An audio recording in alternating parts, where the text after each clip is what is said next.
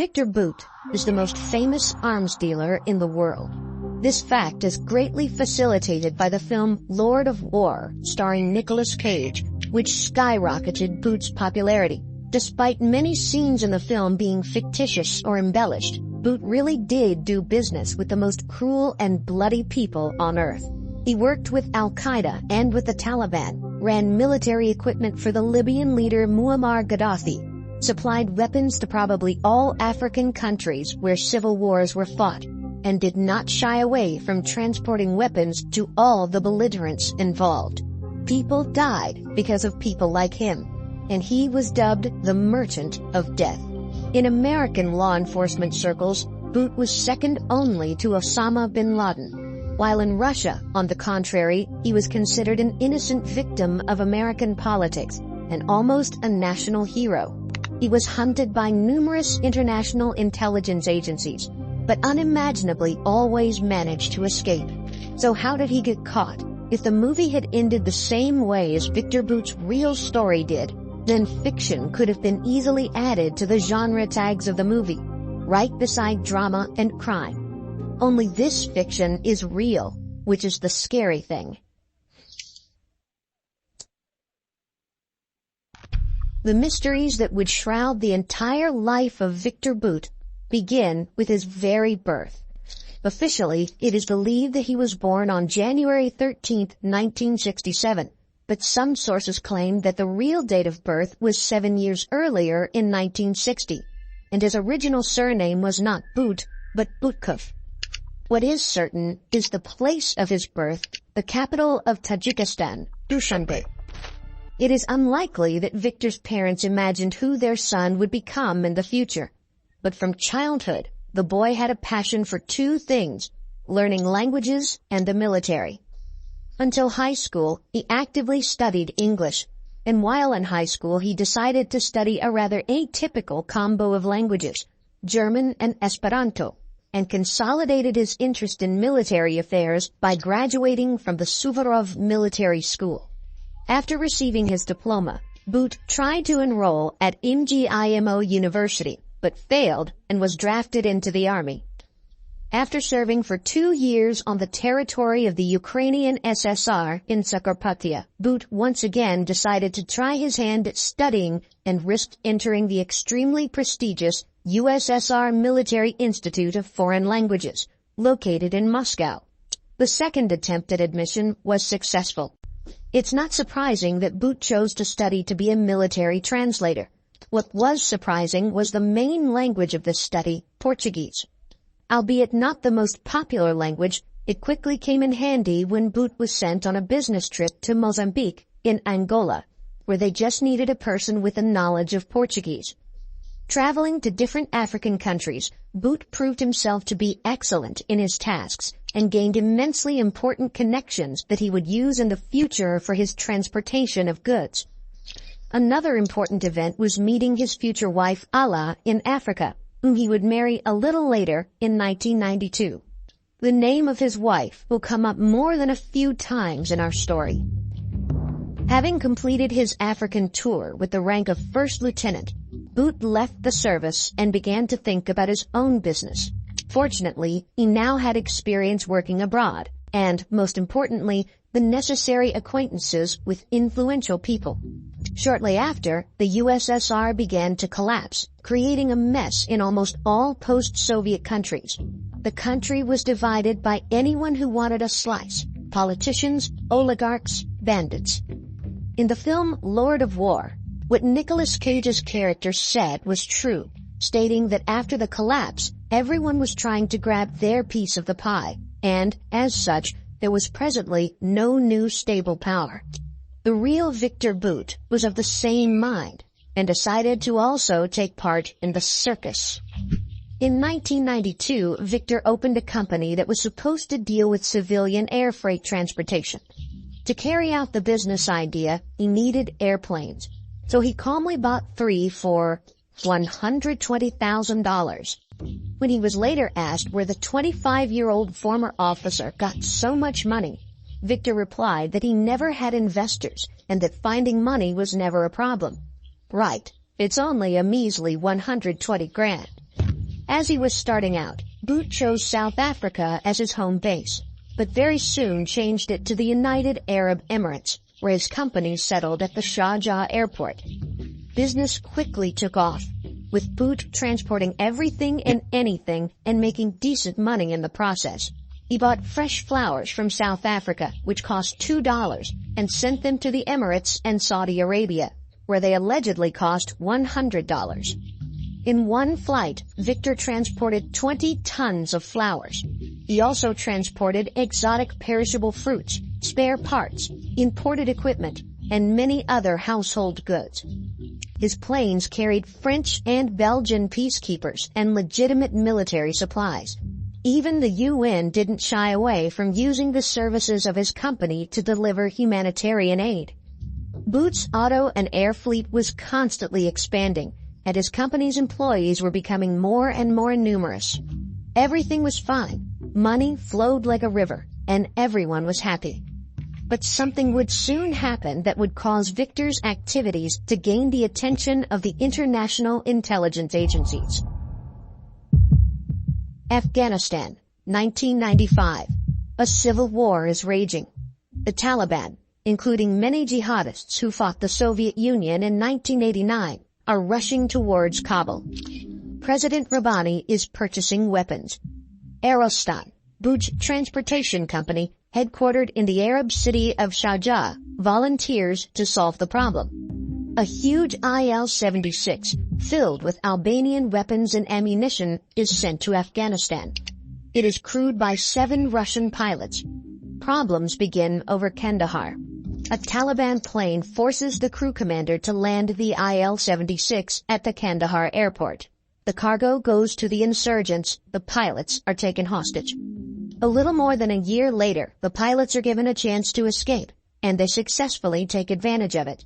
They secretly enter the plane, start it, and fly away from the Taliban. The miraculous rescue of the pilots is celebrated throughout Russia.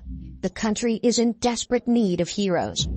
All newspapers in the world write about the escape from Kandahar. But none of the journalists can track down the owner of the plane, the mysterious businessman from Sharjah.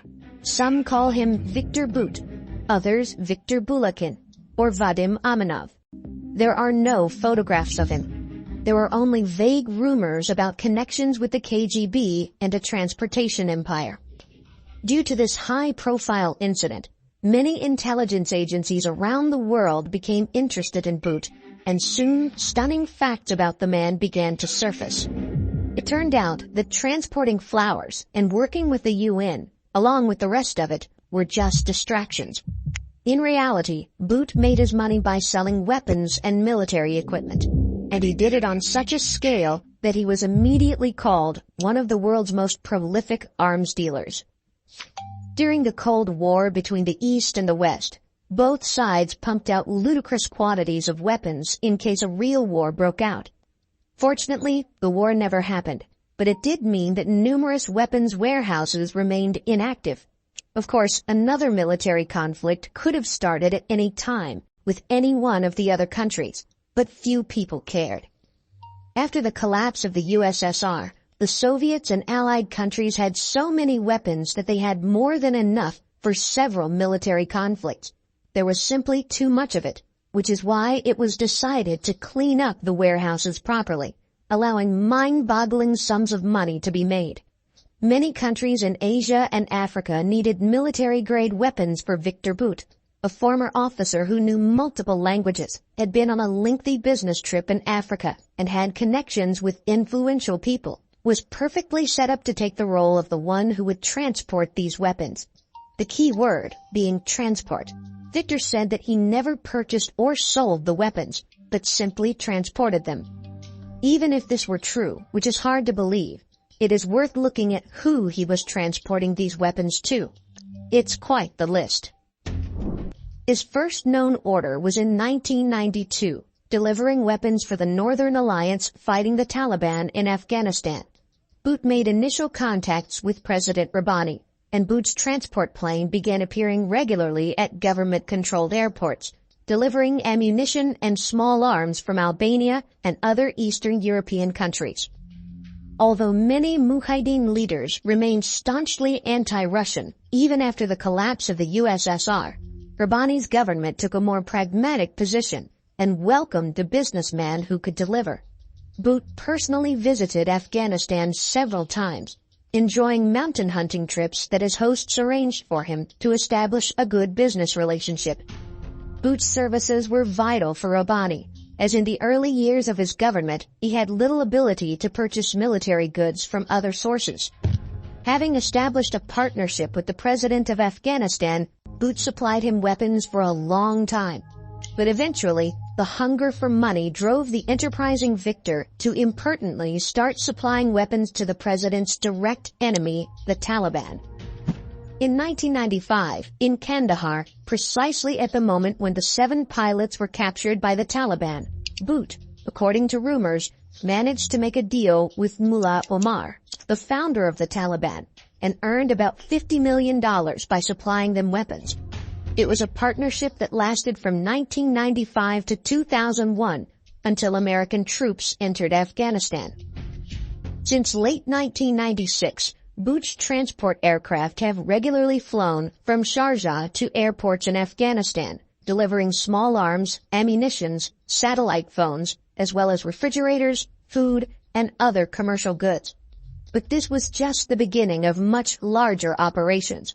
The growing international isolation of the Islamic movement due to its reluctance to extradite Osama bin Laden, its poor human rights record, and a host of other factors gradually made Bout an important partner for the Taliban, simply because he was willing to take risks and could deliver on what was needed. Ironically, as Bout strengthened his business ties with the Taliban, he continued to work for the ousted Rabbani government. He continued to transport military supplies all the way until the former president and his army lost their last viable airfield. Thus, Bout, without experiencing any guilt, continued transporting weapons for both sides. He was everyone's friend. He was tolerated as there were no other viable alternatives. Nobody, other than Bout, could deliver the necessary goods. And he transported everything from rounds to Kalashnikovs to helicopters and even tanks. Even during the most successful years, gunrunners had little sway in terms of the war effort. They were content with dealing with metaphoric crumbs of the pie, but not Victor Bout. He could build and topple entire nations, literally. In addition to Afghanistan, Victor loved Africa and worked there using a similar model, transporting weapons for absolutely anyone willing to pay. He transported weapons to militants in Rwanda and violated arms embargoes in Sierra Leone, the Democratic Republic of the Congo, and Algeria, where he sold weapons to both government forces and rebels fighting them. It was the same story as with the Taliban and the president of Afghanistan. Bout, for example, took orders simultaneously from the Angolan government and from the UNITA rebels fighting said government. He could have easily dispatched a plane for Mobutu Sese Seko, the overthrown dictator of Zaire, even though he supplied weapons to the dictator's enemies. Bout did not experience any moral scruples. For him, this was just business. Included in the list of Bout's many clients were also the Colombian guerrillas from the FARC, Libyan dictator Muammar Gaddafi, and that same crazy president from the film Lord of War, the ruler of Liberia, Charles Taylor. This is one part of the film that was true to life. Taylor was indeed incredibly cruel. Thanks to Bout's dealings, civil wars lasted longer, and human losses and destruction massively increased, which was significantly more profitable for him. So how did Bout manage to transport weapons for so long without getting caught? Victor tried to do everything relatively cleanly and quietly, without leaving any traces or attracting unnecessary attention. On paper, he had several airlines in different countries, and the aircraft, according to documents, were constantly transferred from one company to another. Bout constantly changed the names of his companies and forged papers. Nobody could catch him. His business was so well hidden by front companies that even the U.S. government later unwittingly contracted 2 of his companies to supply goods to U.S. troops in Iraq. When transporting weapons, he falsified all the necessary certificates. So, according to the documents, it turned out that the weapons were going to law-abiding citizens, as a rule, to the government of the country. For example, to transport weapons to the rebel army in Angola, which was subject to sanctions on the supply of weapons, Bout took the weapons to Togo, the location of the official customer, according to the papers. Along the way, he stopped in Angola, unloaded weapons, and returned to Togo, although there were 4,500 kilometers between the states. According to the papers, several dozen flights were made to Togo, and a large amount of ammunition and other weapons were received, even though the country was not at war with anyone. But how did Bout's planes fly from Togo to Angola without being detected by radar systems? Simply put, few African countries back then had radars that could detect movement of airborne objects. Thus, Bout calmly flew all around Africa without anyone noticing him. And, if he did manage to get caught, he would simply invite them to take part in the profits. He transported frozen chickens, beer, and a plethora of other goods from Europe, and hid AK-47s, cartridges, and other weapons in the boxes. Bout's partner, Richard Shishakli, once admitted that getting around international sanctions is easier than buying a burger at McDonald's. It is worth giving them their due, however. Both Bout and his team were truly professionals and experts in their field. As a rule, his customers did not have the money to pay for the goods, so Bout took diamonds or prohibited substances as payment, which he resold in Europe and Latin America. It was assumed that over the 7 years, the businessman laundered about $300 million. But no matter how secretly and cleanly Bout worked, such activities could not remain hidden forever. It's not the weapons that kill people. It's the people who use them that do the killing, a justification that would later be used by Victor. The same people he provided weapons for attacked British soldiers in Africa. So the Minister of State for Africa in Britain's Foreign Office sounded the alarm. It wasn't just the attacks, but the fact that Africans constantly had modern weapons. It was clear that someone was supplying weapons to the African countries, but who? Truthfully, Victor Bout had long been on the radar of many countries. An incident such as the hijacking of a plane in Kandahar or the attack on British soldiers only drew more attention to the Russian businessman.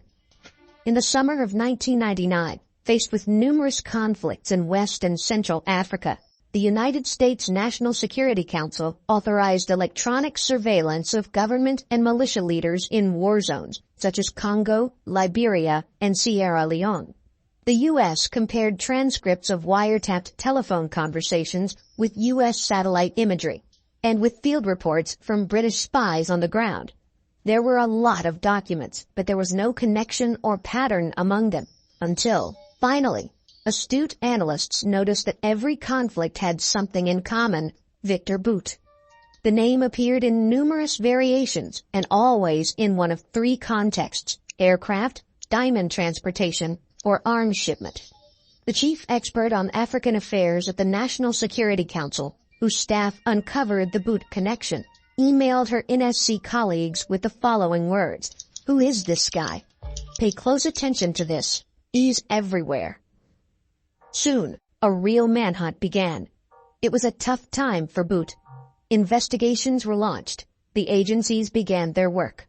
In 1999, the popular newspaper The Guardian stated that Victor's air fleet of 30 aircraft, there were actually around 50, was transporting weapons. And this was far from the only and not even the loudest publication where his name would show up. A year later, Victor's name appeared in the reports of the United Nations Security Council and the United States Department of State, where he was mentioned as a supplier of weapons and ammunition, bypassing UN sanctions, in particular to Angola, where the civil war raged on. And in 2001, after the events of September 11, Bout became the second most important public enemy of America, right after Osama bin Laden. U.S. authorities learned that Bout collaborated with the Taliban and Al-Qaeda, which was directly involved in the terrorist attacks. His 1990s dealings with the Taliban led the Los Angeles Times to dub him in 2002 quoting a former U.S. government official who called him the Donald Trump or Bill Gates of the arms trade. However, some military analysts claimed that the U.S. had no real evidence of guilt and, just in case, simply decided to eliminate a potential competitor in the arms supply market. In 2002, Belgium put the Russian on the international wanted list on suspicion of diamond smuggling and money laundering, and the UN imposed a ban on his movements. By this time, Victor was already in Russia and understood perfectly well that if he ever left the country, he could have easily not returned. And yet, in 2003, he needed to get to Athens on business, so he secretly flew there on a private jet. The Secret Services picked up that a Russian businessman planned a flight to Greece. They were waiting for him at the airport to arrest him and take him into custody. However, a problem arose. Bout flew to Athens from Moldova, but halfway there, the plane suddenly changed course and disappeared. Appearing again an hour and a half later, the plane landed in Athens, but Victor was not on the plane. No one knew who exactly told him that an ambush awaited him, but it was clear that Bout had patrons in the Russian government. At the very beginning of his weapons career, they said that they would protect him, and, I must say, they kept their word. But protect him from what? Victor claimed that in his life he didn't do anything that he could worry about and had to hide. But besides him, few people shared his viewpoint. In 2005, the whole world learned about Victor Bout when the film Lord of War was released. Bout became the prototype for the main character played by Nicolas Cage. Although many details were changed or made up entirely in the film, the general idea of Bout's actions was preserved, both in the film and reality. He transported huge amounts of weapons to absolutely anyone who was willing to pay. In 2006, U.S. President George W. Bush issued a decree freezing Bout's accounts and the assets of companies associated with his name. The president was confident that Victor intervened in the armed conflict in the Congo, which jeopardized the entire policy of the United States. Due to these sanctions, Bout lost about $17 million. And yet, he was still free. And how do you catch a man who almost never leaves his country and has connections at the highest levels of government of said country? By 2007, the Drug Enforcement Administration had developed a plan to lure Bout out of Russia with an arms deal that would be difficult to refuse. And Victor swallowed the bait, hook, line, and sinker. The operation was incredibly complex, so everything was planned to perfection. The agents found a former colleague and confidant of Bout, named Andrew Smulian from Tanzania. He became the key to capturing the Russian businessman.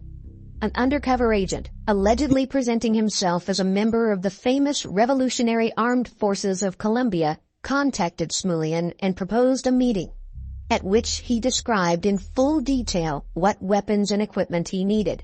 After the meeting, Bout's partner met with Victor and told him about the meeting and what the Colombians wanted. Bout liked the deal for several reasons. Firstly, it was a massive order, promising millions of dollars in profit.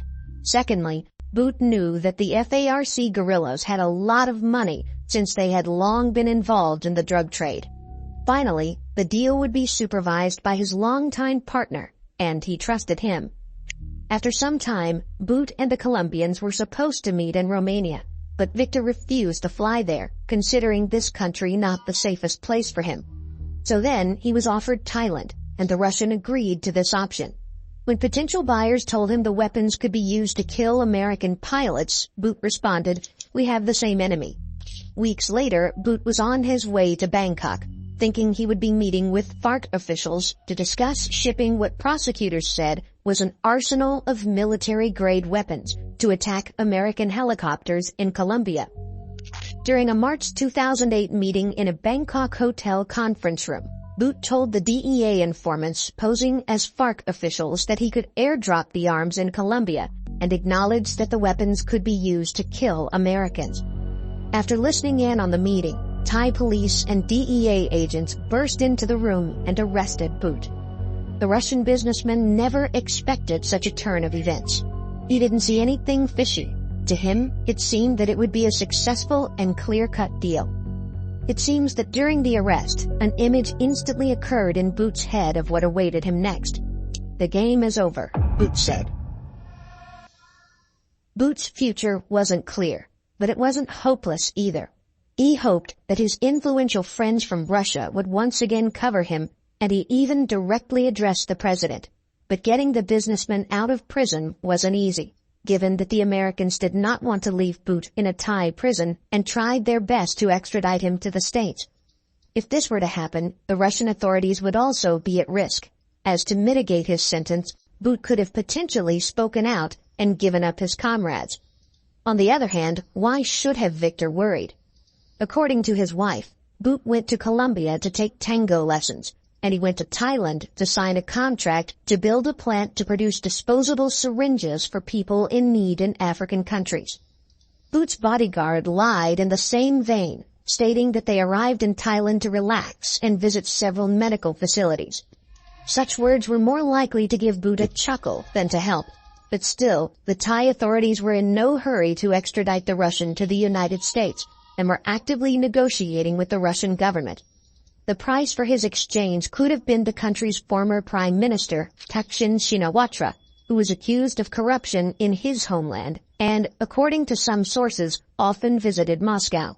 But Russia negotiated way too slowly and passively and did not take decisive action to return Bout to his homeland. So, as a result, 2.5 years after his arrest, he was extradited to the U.S. America managed to put pressure on Thailand, which had been refusing them all this time. The Russian foreign minister was so outraged that he called it the result of U.S. political pressure and an example of blatant injustice. Now, Bout had to fear not only that he might spend the rest of his life in an American prison, but also that he might be killed. Victor was certainly privy to serious secrets and knew a lot of things that could have destroyed many influential people. Thai authorities feared an attempt on the life of the dangerous potential witness by the Russian special services, so the businessman was led to the plane in a bulletproof vest and helmet, surrounded by numerous guards. Thai citizens who were on the street and witnessed the operation with their own eyes shouted and asked Bout for an autograph. Aboard Victor's flight to the U.S., he was accompanied by 6 senior DEA officials who were in the region. Knowing the magnitude of Bout's problems, the American intelligence services tried to win the Russian over to their side. According to him, the Americans offered him cooperation, promised green cards, and a comfortable existence for him and his family. They guaranteed him that after the end of his prison term, he would be able to stay in the United States and live like an ordinary American. His lawyer voiced such proposals to him every day. In return, the United States demanded that Victor testify against the Russian leadership. In response, Bout stated that he didn't possess any secrets of the Russian state or its leaders and didn't work with Russian national companies or government agencies at all. According to him, from 1993 to 2001, he owned a legal business in the field of international air transportation and had nothing to do with the Russian authorities. Bout chose to not give up his side, even if their credibility was damaged after the authorities were unable to convince Thailand to extradite Victor to Russia. The states appreciated his patriotism. Before the trial, Victor spent about 15 months in complete isolation, in a solitary cell without windows, with round-the-clock artificial lighting, and without a fresh air supply. The bed, table, and chair were all made of concrete. Walking was not allowed. At least those were the words of his wife on the conditions he was kept in, and even if it seems reasonable to believe, given her previous statements, it is difficult to take her at her word. In October of 2011, the court began proceedings against Bout. He was accused on 4 counts at once, charged with conspiracy to kill Americans and government employees, as well as agreements to supply weapons to terrorists and sell anti-aircraft missile systems. Victor pleaded not guilty on all counts. Meanwhile, in Russia, protests took place in support of Bout. The trade union of Russian citizens held pickets outside the U.S. consulate building, demanding a fair trial. Some of the rallies were supported by the businessman's wife, Alla. In November 2011, the jury unanimously returned a guilty verdict on all counts. The prosecutor's office insisted on life imprisonment. But in April 2012, the court sentenced the businessman to 25 years in prison. Those who were on Bout's side said that the Americans didn't sentence a real person, but their fantasy of Victor, stating that they found Nicolas Cage guilty. And yet, 25 years for a man who is considered by many to be one of the most dangerous people on earth, whose cargo killed innumerable people, is a real stroke of luck. They're going to try to put me away for life, Bout said before sentencing. But I will return to Russia. Don't know when, but I'm still young. He did eventually come back. Victor Bout became perhaps the most famous Russian convict in an American prison. The Russian media followed his every move and did not deny themselves the pleasure of writing about him given the opportunity. There were articles about him preparing alcohol in an American prison. There were reports that he was experiencing a high fever. There were even reports about him not being able to eat hot dogs or hamburgers since he was a vegetarian and never getting the chance to eat his favorite strawberries in prison. The Russian authorities could not ignore Bout's popularity and, at any opportunity, tried to return him to his homeland. Moreover, Victor clearly dispelled all doubts about himself, keeping his mouth shut and not giving out any compromising information about his countrymen to the Americans. And yet, the negotiations were similar to the negotiations with Thailand, passive, unhurried, and without any decisive steps. In addition, the states did not want to give up Bout without receiving, at a minimum, an equivalent exchange. It was proposed to exchange him for 15 Americans serving sentences in Russian prisons, but the United States refused the deal. A year later, it was reported that Bout could be released in exchange for Paul Whelan, who was convicted in Russia for espionage, but the deal also broke off. In February of 2022, an American basketball player, Brittany Griner, who had been playing for the Russian club UMMC Ekaterinburg since 2014, was detained at a Moscow airport. Cartridges containing less than a gram of cannabis oil were found in her luggage, and if, while in the States, this would have been a minor violation, in Russia, this could have resulted in a serious prison sentence.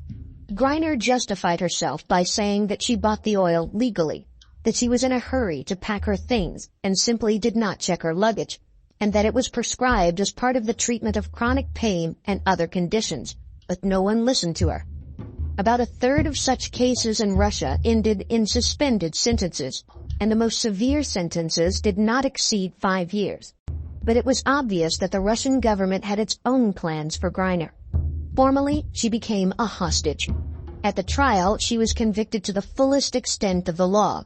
The basketball player was sentenced to 9 years in prison. She became an ideal target for exchange for Victor Bout, who is now needed by the Russian authorities more than ever. But why now? The war in Ukraine showed that Russia was far from doing well in terms of its weapons, and Bout was exactly the person who could take care of that. In return for Bout, America wanted Brittany Griner and Paul Whelan, whose return the U.S. had long sought. But Russia chose a tough position and insisted that it would only exchange for Griner. It was absurd. The Merchant of Death, one of the most dangerous arms smugglers in the world, in exchange for a basketball player who just liked to smoke weed. What about other American prisoners serving time in Russia? Under Trump and Obama, this exchange would certainly have not taken place. But Biden, who is under enormous pressure from sports stars and various minorities, chose a different position and agreed. Bout, serving time in prison, probably thought it was an April Fool's joke.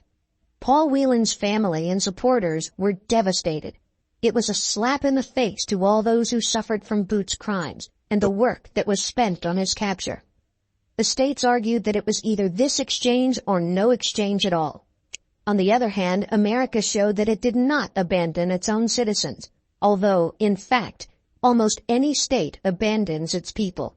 It's just that when the whole world starts talking about a particular prisoner, it becomes inconvenient to abandon them. And at that point, it's a matter of national prestige. The former New York City federal judge who sentenced Bout stated he's done enough time for what he did in this case. The exchange took place on December 8, 2022 at Abu Dhabi Airport. Before getting into the car that would take her to the plane, Griner said goodbye to her prison guards.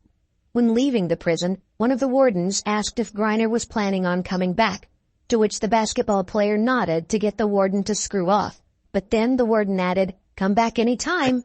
It looked like a joke, or rather like George Orwell's most famous novel. The Russian propaganda built the image of Bout as an innocently convicted man. Victor Bout was transported to Russia on a luxury plane and was greeted almost as a national hero. Soon, he began giving interviews and said that he supported what his country was doing in Ukraine and that he himself would volunteer if given the opportunity and skills. These were the words said by a professional pilot. His answer is understandable, however, as being a political figure is much more profitable and safer. Soon after his release, one of the popular Russian political parties nominated Bout as a candidate for deputy of the Legislative Assembly of one of the regions. The man who supplied weapons to the vilest people on earth went into politics, got promoted, and now, instead of prison, will sit in the State Duma, even though the people did not elect him there. Although, as many Russians say, half of our politicians have similar or even worse backgrounds. His connections, even if has now been many years, will help Russia obtain the necessary weapons, which Bout himself once took out of the country. But it seems that Victor Bout cares little about any moral code. He believes that if it weren't for him, someone else would sell weapons. And he's right. Bout never worked alone, and there are people who, at a minimum, are no better than him. Puppeteers who commit monstrous acts with the assistance of people like him.